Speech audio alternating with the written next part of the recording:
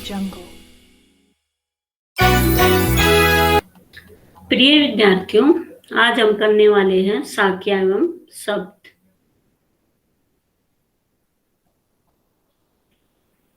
साक्या एवं शब्द कबीर जी ने लिखे हैं। ये 9वीं का पाठ्यक्रम है, 9वीं कक्षा का पहला पाठ है। तो इसमें जो पहली साखी है वो हम लिख देते हैं यहाँ पर। मान सरोवर सुभर जल हंसा केला कराही, हंसा केली कराही। एक लाइन है, इसका बता देती हूं मैं। मान सरोवर का यहाँ अर्थ है मन रूपी सरोवर। मन रूपी सरोवर होता तालाब,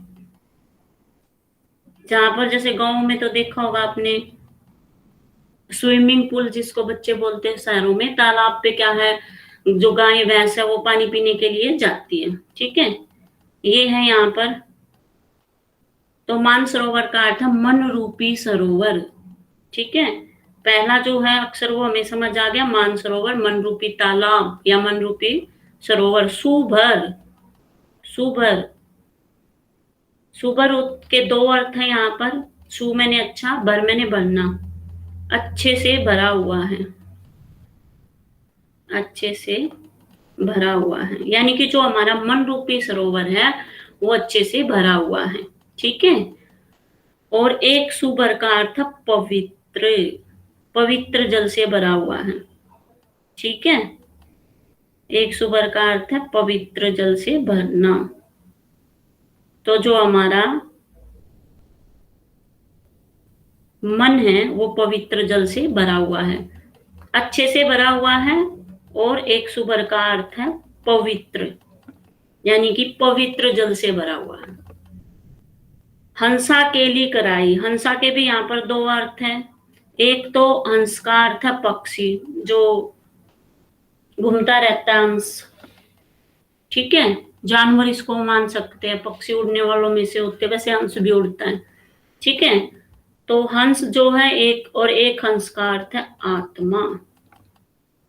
ठीक है, इसको हम पक्षी में ही लिख देते हैं। हंस जो है उड़ता तो है ही थोड़ा बहुत।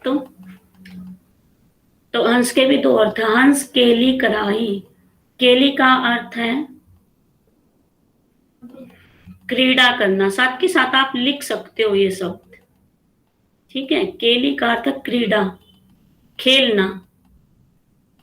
तो अब यहाँ पर कैसे मान लो कि एक तालाब है और तालाब अच्छे से खूब भरा हुआ है। सुभर, सुभर का मतलब अच्छे से भरा हुआ है, बिल्कुल पूरा। हंसा, और जो हंस है वो उसमें क्रीड़ा कर रहा है, खेल रहा है। ठीक है, उसको आनंद आ रहा है। तो ऐसे ही अब मान सरोवर मन रूपी तालाब में हंसा मतलब आत्मा रूपी हंस केली कराई, क्रीड़ा कर रहा है। इसका अर्थ क्या है? मन रूपी तालाब में, मन रूपी तालाब में हंस रूपी आत्मा क्रीड़ा कर रही है। हंस रूपी आत्मा, यहाँ पर एक ही लाइन के दो अर्थ निकलते हैं। और गहराई में जाए तो इसका अर्थ ये है कि जो ईश्वर, जो मनुष्य है वो ईश्वर प्राप्ति के लिए आतुर रहता है। और ईश्वर प्राप्ति जब होती है तो मन की सारी बुराइयां हमारी खत्म हो जाती है। तो जो कबीर जी है वो ये कहते हैं कि हमारे मन रूपी तालाब में आत्मा खेल रही है, जैसे हंस तालाब में खेलता है। ठीक है, क्यों खेल रही है? क्योंकि वो परमात्मा से लगाव रखती है और उसे ऐसा लगता है कि मुझे परमात्मा मिल चुका है। अब आगे देखो, आगे क्या होता अगली लाइन में। मुक्ता फल मुक्ता चुगे, अब उड़ी अनंत न जाए। अब पहले इतना ही समझ लो, मुक्ता फल मुक्ता चुगे, एक तो मुक्ता फल का अर्थ होता मोती, ठीक है, और एक मुक्ता का अर्थ होता है, वैसे यहाँ एक ही जैसे, देखो आपको दिखाऊं, ये मुक्ता और ये मुक्ता, ये बस फल जोड़ दिया, लेकिन मुक्ता फल का अर्थ है मोती और इस मुक्ता का अर्थ है मुक्ति, मुक्ति की प्राप्ति, ठीक है, मुक्ति की प्राप्ति। तो यहाँ पर क्या है, कबीरदास जी कहते हैं जो आत्मा है वो मुक्ति रूपी मोती को ढूंढ रही है, चुगने का मतलब ढूंढना। तो इस लाइन का ये अर्थ है। आगे चलते हैं। अब उड़ी अनंत न जाए, अब उड़ी अनंत, यहाँ पर एक बिंदी है, अनंत न जाए, पिछली लाइन से जोड़ते हैं कि जो आत्मा है वो मुक्ता फल यानी कि मोती, मुक्ता मुक्ति रूपी मोती को ढूंढ लेती है, चुगई, चुगई का मतलब ढूंढ लेती है। अब उड़ी अनंत न जाई, और अब उसका कहीं भी जाने का मन नहीं है। उड़ी मतलब उड़ जाना, जैसे पक्षी उड़ जाते हैं, लेकिन कुछ पक्षियों के मन लग जाते हैं, उनके घर वाले उनको अच्छे से पालते हैं, खाना देते हैं, जैसे कबूतर देखे मैंने कई घरों में, तो वो कहीं नहीं उड़ते। क्यों नहीं उड़ते? क्योंकि उनको जरूरत ही नहीं है, उनको जो चाहिए वो वहां पर मिल जाता है। अनंत न जाई, अनंत मतलब अन्यत्र, कहीं और जाने की अब आत्मा को जरूरत नहीं है। इस जो साकी से ये शब्द कैसे आएंगे, देखो काव्य सौंदर्य से जरूर आएंगे पेपर में, ये जो पेपर है इसमें भी आएंगे और हमेशा आते ही रहते इस तरह के क्वेश्चन। तो मानसरोवर में पूछ सकते हैं वो कि मानसरोवर में कौन सा अलंकार है। तो मानसरोवर का अर्थ है मन रूपी सरोवर, मन रूपी तालाब। तो जहां रूप आ जाए, ठीक है, मैंने बताया था, एक ट्रिक बताई थी, वहां रूपक अलंकार होता है। पहली बात तो ये था, ठीक है, मैंने ये शॉर्ट में लिखा अलंकार, मन रूपी सरोवर रूपक अलंकार है। और दूसरी बात, मन की तुलना सरोवर से की गई है। रूपी क्या है? समानार्थक शब्द है, ठीक है। तो पहला प्रश्न ये था कि मानसरोवर में कौन सा अलंकार है? मन रूपी सरोवर रूपक अलंकार। दूसरा प्रश्न ये बन सकता है, हंस, हंस शब्द का प्रयोग दो के लिए किया गया है, एक आत्मा के लिए। हंस शब्द किसका प्रतीक है? आत्मा का और हंस का, ठीक है। तीसरा प्रश्न आ सकता है मुक्ता फल, मुक्ता फल में भी मुक्ता शब्द है और ये अलग से मुक्ता है। तो एक ही लाइन में एक शब्द दो बार प्रयोग हुआ है, कैसे? एक बार मुक्ता फल के साथ हुआ है, ये देखो, ये यहाँ पे मेरे को अलग कलर लेना चाहिए था, चलो कोई नहीं, और एक बार ये, तो ये मुक्ता फल, यहाँ मुक्ता का अर्थ है मोती रूपी फल और यहाँ मुक्ता का अर्थ है मुक्ति। तो मैंने बताया था एक जैसे दो शब्द जब प्रयोग हो, बिल्कुल एक जैसे हैं दो शब्द हैं जब प्रयोग होते हैं, लेकिन उनके अर्थ अलग अलग है, तो वहां यमक अलंकार होता है। तो यहाँ पर यमक अलंकार है। पूछ सकते हैं कि इस लाइन में मुक्ता फल मुक्ता चुगे अब उड़ी अनंत न जाई कौन सा अलंकार है? एनसीईआरटी से ही आते अलंकार, आपके पाठ्यक्रम में 4 नंबर के हैं, तो यमक अलंकार आप बता सकते हो, ठीक है। एक बार दोबारा मैं इसको बता देती हूँ। मानसरोवर सुबर जल, हंसा केली कराई ही, मुक्ता फल मुक्ता चुगे अब उड़ी अनंत न जाई। मान सरोवर, मन रूपी सरोवर, सुबर जल, मन रूपी सरोवर में पवित्र जल भरा हुआ है। हंसा केली कराई, हमारी जो आत्मा है उसमें क्रीड़ा कर रही है, भगवान की प्राप्ति हो चुकी है, परमात्मा की प्राप्ति हो चुकी है। मुक्ता फल मुक्ता चुगे, मुक्ति रूपी फल को, मुक्ति रूपी मोती को प्राप्त कर लिया है आत्मा ने, अब उड़ी अनंत ने जाई, अब कहीं और जाने की इच्छा नहीं है। दो इसमें है, एक हंस, हंस को एक ऐसे तालाब की प्राप्ति हो चुकी है जो सुभर, सुभर मैंने बताया था ना, दो अर्थ है, जो तालाब बहुत अच्छे से भरा हुआ है, सु मैंने अच्छे से, भर मैंने भरा हुआ है, और वो जो हंस है उसमें मजे से वहां रहता है और उसको अब कहीं और जाने की जरूरत नहीं है। प्रतीकात्मक शैली का इसमें प्रयोग किया गया है भाई, ठीक है। और जो सुबर शब्द है उसके दो अर्थ हैं, लेकिन वो एक ही बार प्रयोग हुआ है। सुबर का अर्थ है अच्छे से भरा हुआ, अच्छे से भरा हुआ, और एक सुबर का अर्थ पवित्र, ठीक है। एक सुबर का क्या अर्थ है? पवित्र। तो सुबर शब्द एक बार प्रयोग हुआ, एक बार प्रयोग होने से दो अर्थ दिए, तो ये बताया था मैंने श्लेष अलंकार होता है, ठीक है। इसको जोड़ के चलो, जो अलंकार आपने पढ़े ना उसको देखो वो पाठ्य पुस्तक में कैसे आते, कैसे हम ढूंढ सकते हैं, ठीक है। आगे चलते हैं अगली साखी में। अगली साखी है, बहुत ही अच्छी साखी है, प्रेमी ढूंढत। प्रेमी ढूंढत मैं फिरूं।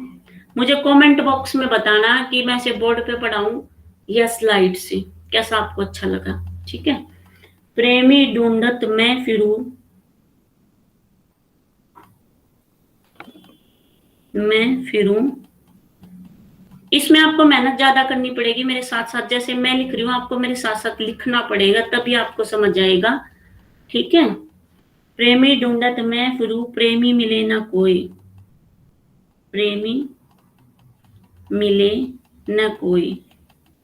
तो अगली साखी में कबीरदास जी कहते कि प्रेमी ढूंढत, प्रेमी का अर्थ यहाँ ईश्वर है, कि मैं भगवान को खोज रहा हूं लेकिन मुझे भगवान नहीं मिल रहे, ठीक है। प्रेमी का अर्थ यहाँ पर क्या है? ईश्वर। प्रेमी ढूंढत मैं फिरूं, फिरूं का मतलब घूमना, कि मैं ईश्वर को ढूंढने के लिए ढूंढता हुआ घूम रहा हूं इधर उधर, प्रेमी मिले ना कोई, परंतु मुझे ईश्वर नहीं मिला, अब तक ईश्वर की प्राप्ति नहीं हुई है। अगली लाइन में आ जाओ, प्रेमी को प्रेमी मिले, प्रेमी को प्रेमी मिले,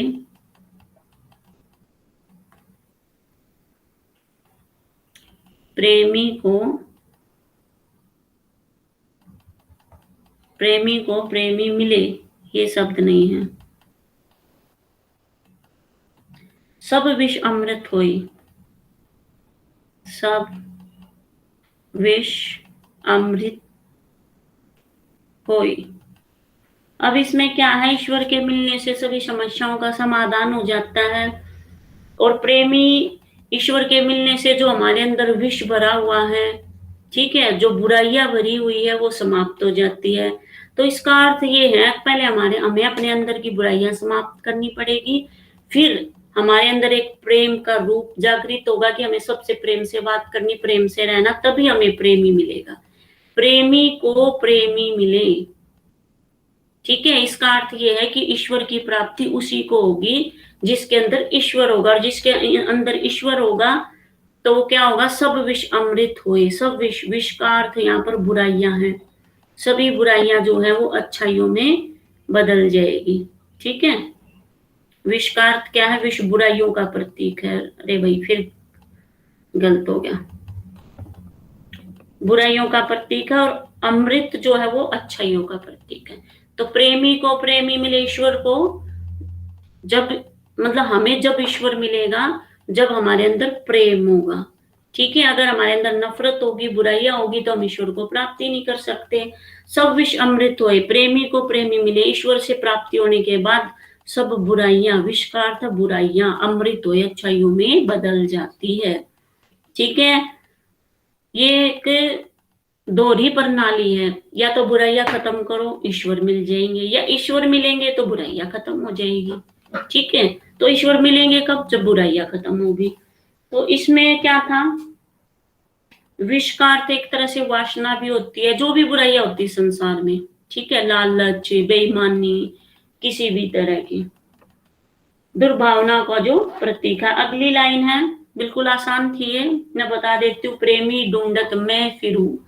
प्रेमी का मतलब ईश्वर को ढूंढता हुआ मैं घूम रहा हूँ, प्रेमी मिले ना कोई, परंतु अब तक मुझे ईश्वर की प्राप्ति नहीं हुई है। प्रेमी को प्रेमी मिले, अगर ईश्वर की प्राप्ति हो जाए तो सब विष अमृत हुए, सारी जो वासनाएं हैं, बुराइयां हैं, वो अच्छाइयों में बदल जाएगी। इससे अगला है हस्ती चढ़िए। तीसरा जो साखी है, हस्ती चढ़िए ज्ञान की, ज्ञान को सहज दुलीचा डारे, सहज दुलीचा डारे। तो ये एक लाइन अगली साकी की और एक लाइन इसके बाद लिखूंगी। हस्ती, हस्ती का अर्थ होता हाथी। लिखते लिखते रहना बेटा साथ के साथ, तभी समझ जाएगा। जैसे मैं लिख रही हूं तो आपको भी लिखना पड़ेगा, ठीक है। हस्ती का अर्थ है हाथी, ठीक है। हस्ती चढ़िए ज्ञान की, यानी कि ज्ञान रूपी हाथी पर सवार रहना चाहिए हमें। हम जो भी काम करें वो ज्ञान रूपी हाथी की तरह होना चाहिए।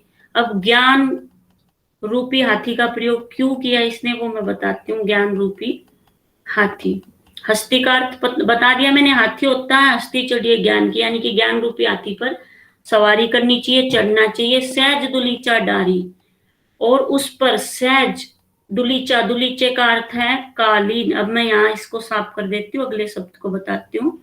दुलीचा, दुलीचा का अर्थ है कालीन। कालीन देखे आपने, बड़े बड़े शहरों में फर्श पे भी बिछाते कालीन, छोटे छोटे भी कालीन होते हैं। जैसे एक तरह से चादर नहीं बिछाते हम बेड पे, ऐसे ही कालीन होते हैं, ठीक है। देखे होंगे जरूर आपने। कालीन थोड़े महंगे होते हैं, छोटे छोटे हम लेके आते हैं ना पैर पूछने के लिए, वो भी थोड़े कालीन टाइप में आते हैं। सहज दुलीचा डारिये, दुलीचा का अर्थ है कालीन और सहज का अर्थ है स्वाभाविक। मान लो आप इसको, या साधना पूर्वक मान लो। वैसे स्वाभाविक शब्द अच्छा है, यहाँ पर स्वाभाविक दिया हुआ है एनसीईआरटी में, ठीक है। मतलब आपको ज्ञान की प्राप्ति तो होगी, लेकिन स्वाभाविक रहो। सहज दुलीचा डारिये उस ज्ञान पर, ठीक है। साधना रूपी कालीन की बिसात होनी चाहिए, यानी कि हस्ती चढ़िए ज्ञान की, ज्ञान रूपी हाथी पर सवारी करनी चाहिए। आपके अंदर ज्ञान होना चाहिए, ज्ञान की प्राप्ति होनी चाहिए, और उसके ऊपर कालीन जो है वो कैसा होना चाहिए, स्वाभाविक होना चाहिए। सहज दुलीचा डारी, डारी शब्द है ये यहाँ पर ऐसे, ठीक है। अगली लाइन में चलो। स्वान रूप संसार है, स्वान रूप संसार है। अगली लाइन बता रही हूं मैं। भूकन दे जकमारी, भूकन, भूकन दे झकमारी। अब इस संसार की तुलना जो है वो सवान से की गई है।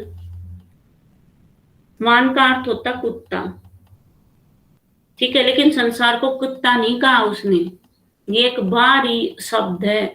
उसने कहा है ऐसा संसार, सबको कुत्ता नहीं बोला कबीरदास जी ने। कबीरदास जी ने मूर्ख व्यक्तियों से भरे हुए संसार को कुत्ता बोला है, ना कि सबको बोला है, ठीक है। तो इसके जो है दोहे कबीरदास के समझना, आगे आगे जब जाओगे तो दो चार दोहे और थोड़े ऐसे मिलेंगे आपको, अच्छा भी ना लगे किसी किसी को, लेकिन समझोगे तो अच्छा लगेगा, समझना पड़ता है। अज्ञानी संसार, सवान रूप संसार है। अगर हमें पढ़ना तो हम सीधा भी पढ़ सकते कि ये संसार कुत्ते की तरह है, लेकिन यहाँ पर आपको लिखना है अज्ञानी संसार। किसका प्रतीक है, स्वान अर्थात कुत्ते का प्रतीक है। लेकिन वो कैसा संसार है, वो अज्ञानी संसार है, पूरा संसार नहीं। तो समान रूप संसार है ये, जो अज्ञानी संसार है, जो अज्ञानी लोग रहते हैं, जिनको पता नहीं होता, जो दंगे करवा देते हैं धर्म के नाम पर, उनके लिए कबीरदास जी ने कहा है कि वो एक कुत्ते की तरह होते हैं, जो अज्ञानी लोग होते हैं। भूकन दे, कि जैसे कुत्ता भौंकता रहता ना, ऐसे उनको भौंकने दो। झक मारी, और उनको झक मारने दो।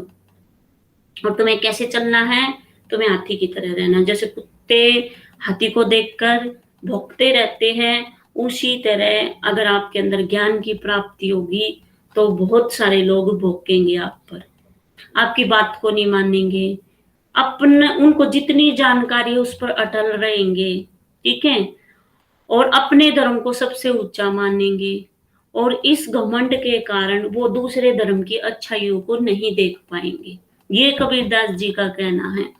जब तक हम दूसरे धर्म के बारे में सुनेंगे नहीं, बुराइयां ही सुनते रहेंगे, अच्छाइयां जानने की कोशिश ही नहीं करेंगे, तो अपने धर्म की तो हम बुराई नहीं देख पाएंगे और किसी और के धर्म की हम अच्छाई नहीं देख पाएंगे। इसीलिए आप अपने ज्ञान की प्राप्ति करते रहो। संसार चाहे अज्ञानी संसार चाहे किसी को कुछ भी कहता रहे, कैसे रहना है? हाथी की तरह। दोबारा बता देती हूँ, हस्ती चढ़िए ज्ञान की, ज्ञान रूपी हाथी पर सवारी करनी चाहिए, सहज दुलीचा डारे और उस पर स्वाभाविक कालीन बिछाना चाहिए। समान रूप संसार, जो ये अज्ञान संसार है, ये कुत्ते की तरह है, भौंकन दे झक मारी। झक मारना मतलब वक्त बर्बाद करता है ये पूरा संसार, सारा नहीं, जो अज्ञानी लोग हैं, ठीक है, वक्त बर्बाद करना, झक मारना। कई बार हम करते नहीं है कि हमें कुछ ढूंढना है, घर में कोई चीज गुम हुई है, तो जब वो अंत में वही मिल जाती है मेज पे पड़ी, तो हम क्या कहते हैं? झक मारा हमने, ये तो यही पड़ी है। इसका मतलब झक मारने का मतलब वक्त बर्बाद करना, कि संसार को, संसार के अज्ञानी लोगों को वक्त बर्बाद करते रहने दो। तो इसमें बेटा कैसे कैसे प्रश्न आएंगे, इस साथी से पूछ सकते हैं। हाथी रूपी, ज्ञान रूपी हाथी, ज्ञान को हाथी की संज्ञा दी है, ज्ञान को बहुत बड़ा बताया है। जिस व्यक्ति में ज्ञान होगा वो कुत्तों के भौंकने से एक उदाहरण दिया कि हाथी चलते रहते, कुत्ते भौंकते रहते। जिस व्यक्ति में ज्ञान होगा वो शांत रहेगा, लड़ाई झगड़ा नहीं करेगा, तेज आवाज में बात नहीं करेगा, उसको कभी गुस्सा नहीं आएगा, ठीक है। गुस्सा कब आता है? जब कोई हमारी बात ना माने, और हम ये नहीं समझ पाते कि सामने वाला व्यक्ति हमारी बात जब माने ना, जब उसको उसका कंसेप्ट क्लियर हो, उसके दिमाग में पहले से ही भरा हुआ है। मान लो एक बोतल है, बोतल का ढक्कन है बंद, आप 2 बाल्टी पानी डालो, 3 बाल्टी पानी डालो, बोतल के अंदर एक बूंद पानी नहीं जाएगा, क्योंकि उसका ढक्कन बंद है। क्या कर सकते हैं हम? ठीक है, तो हम अपने आप को सुधार सकते हैं, दूसरों को नहीं। तो प्रश्न पे आ जाओ, ठीक है भाई। ये मेरा स्वभाव है, थोड़ी थोड़ी मैं जो इसमें पढ़ाती हूँ, तो सबका अपना नेचर होता है, तो गहराई में चली जाती हूँ, ठीक है। तो प्रश्न कैसे आएगा? ज्ञान रूपी हाथी, फिर वही हस्ती चढ़िए ज्ञान की, इस पंक्ति में अलंकार बताओ। तो मैंने तो बताया था, ज्ञान की तुलना हाथी से की गई है, और किस शब्द का प्रयोग करके? रूप शब्द का प्रयोग करके। तो मेरे हिसाब से आप तुरंत आंसर दे दोगे भाई, ये रूपक अलंकार हो गया, ठीक है। आपके 4 नंबर आने 2 पाठों से, एक पाठ ये हर एक इससे अगला है। उसके बाद अगला प्रश्न कैसे आएगा? समान रूप संसार है, ये संसार जो है वो क्या है? समान रूप संसार, जो अज्ञानी है, अज्ञानी संसार, वो कैसा है? समान का अर्थ है कुत्ता, ठीक है। तो ये भी रूप शब्द आ गया। अज्ञानी लोगों की तुलना कुत्ते के साथ की गई है।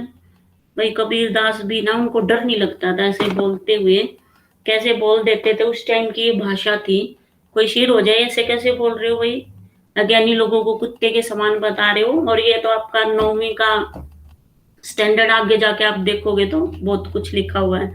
तो समान रूप संसार है, वही रूपक अलंकार है। लेकिन एक खास बात है, यहाँ पर रूपक अलंकार आपको ऑप्शन में ना मिले, तो वहां पे लिख सकते हैं व्यंग्य पूर्ण उपमा अलंकार भी मिल सकता है। इसमें व्यंग्य है ना एक तरह से, रूपक, पहली बात तो रूपक मिले तो रूपक ही है, ठीक है। नहीं मिले तो फिर वही है, तुलना तो कर ही रखी है और व्यंग्य भी है, तो फिर व्यंग्य पूर्ण उपमा लिख सकते हो। उससे आगे है एक, तुम्हें बता दूं मैं नई चीज, ये तुम्हारे 10वीं में भी काम आएगा, भूकन दे जकमारी, कि संसार को भोंकने दो कुत्तों की तरह, जक मारने दो, बर्बाद करने दो अपना वक्त। तो जब एक चित्र सा बनता हमारे सामने, जो चित्र बनता है ना उसको बिंब बोलते हैं, ठीक है, जैसे बाल गोविंद भक्त है, लेकिन वो पाठ आपने पढ़ा नहीं होगा। ठीक है, तो बिंब का मतलब जैसे ऐसा लगता है कि कुत्ता आपकी आंखों के सामने आएगा और वो भौंक रहे हैं, इस तरह का चित्र बनेगा, तो प्रभावशाली बिंब का प्रयोग है। ये काव्य सौंदर्य में आएगा भाई, प्रभावशाली बिंब का प्रयोग किया गया है। ठीक है, और झकमारी, मान लो दो दो ये दे दिए और एक प्रश्न पूछ लिया कि झकमारी क्या है, 4 ऑप्शन दे दिए, मुहावरा, लोकोक्ति, या इनमें से कोई नहीं। तो बहुत सारे बच्चों को तो आज तक पहचान भी नहीं हुई मुहावरा कैसा होता है, लोकोक्ति कैसी होती है। ठीक है, और 1 नंबर का प्रश्न आता है हमेशा, ये मुहावरा या लोकोक्ति कभी कभी, तो झक मारना, मारना क्रिया ना, जिसमें क्रिया आ जाए ना वो मुहावरे होते हैं। लोकोक्ति में कभी भी क्रिया नहीं आती अंत में। ठीक है, तीसरे जो अगले में आ जाओ भाई, अगला है पखा पखी के कार ने सब जग रहा बुलान, सब जग रहा बुलान। पखा पखी, पखा पखी होता पक्ष विपक्ष, ये उस समय की भाषा, मैंने बताया ना साकी है, साकी शब्द है, अब आके साक्षी बन गया, तो पक्ष विपक्ष। जो पहले समय में ख था ना, वो खड़ी भाषा में अक्षय बन गया ख से। ठीक है, ये सदुकड़ी भाषा है कबीरदास जी की। तो पखा पखी का मतलब पक्ष विपक्ष, पखा पखी के कारणे, पखा पखी के कारण यानी कि पक्ष विपक्ष के कारण सब जग रहा बुलान, कि ये जो सारा संसार है, संसार के जो लोग हैं वो भगवान को, ईश्वर को बुला रहे हैं, किसके कारण, पखा पखी के कारण। ठीक है, पखा पखी के कारण सब जग रहा बुलान, पूरा संसार, जग का अर्थ संसार, ईश्वर को बुला रहा है, ईश्वर के जो सही मायने हैं उसको बुला रहा है, ईश्वर है क्या। ठीक है, कमेंट बॉक्स में आप बता सकते हो ईश्वर क्या है, आपकी सोच क्या है, कोई मूर्ति उसकी पूजा करना, मंदिर में जाना ईश्वर है, जो भी आपके मन में है, लेकिन कमेंट अच्छे अच्छे लिखना भाई। ठीक है, जिसको पढ़ के मुझे बुरा ना लगे। तो जग जो है ना, पक्ष विपक्ष के कारण ये जो जग है, इसने ईश्वर को बुला दिया। जग का मतलब संसार, संसार ने किसको बुला दिया, ईश्वर को बुला दिया, कि भाई ये मैं इस पक्ष का हूं, मैं इस पक्ष का हूं, बस यही बात है। अंधी श्रद्धा है, अंध विरोध है, एक दूसरे के मत को मानते नहीं है, हमारा पक्ष अच्छा है। मेरे जो जैसे हरियाणा है वहां का मैं बताती हूँ, वहां पे जैसे राधा स्वामी है, ठीक है, और बहुत सारे पक्ष वहां भी बने हुए हैं कि हम राधा स्वामी मतलब कोई गुरु जी है उनके पास जाते हैं, हम इस पक्ष के हैं। ठीक है, और कईयों को तो जेल भी हो चुकी है गुरुओं को, तो सब अच्छे नहीं होते, उस बात का भी ध्यान रखना पड़ता है। तो ये पक्ष विपक्ष के चक्कर में नहीं पड़ना चाहिए, पक्ष विपक्ष के चक्कर में सारे जग ने, सारे संसार ने भगवान को बुला दिया है। अगली लाइन है निरपक्ष, निरपक्ष होई के हरि भजे, कहता बिना पक्ष के, पक्ष छोड़ दो कि मैं इस पक्ष का हूं, मैं इस पक्ष का हूं या मैं इस पक्ष का हूं। पक्ष मेरे हिसाब से आप अच्छे से समझ गए होंगे, और नहीं समझे तो आप मेरे को कमेंट में लिख देना, मैं और उदाहरण दे दूंगी।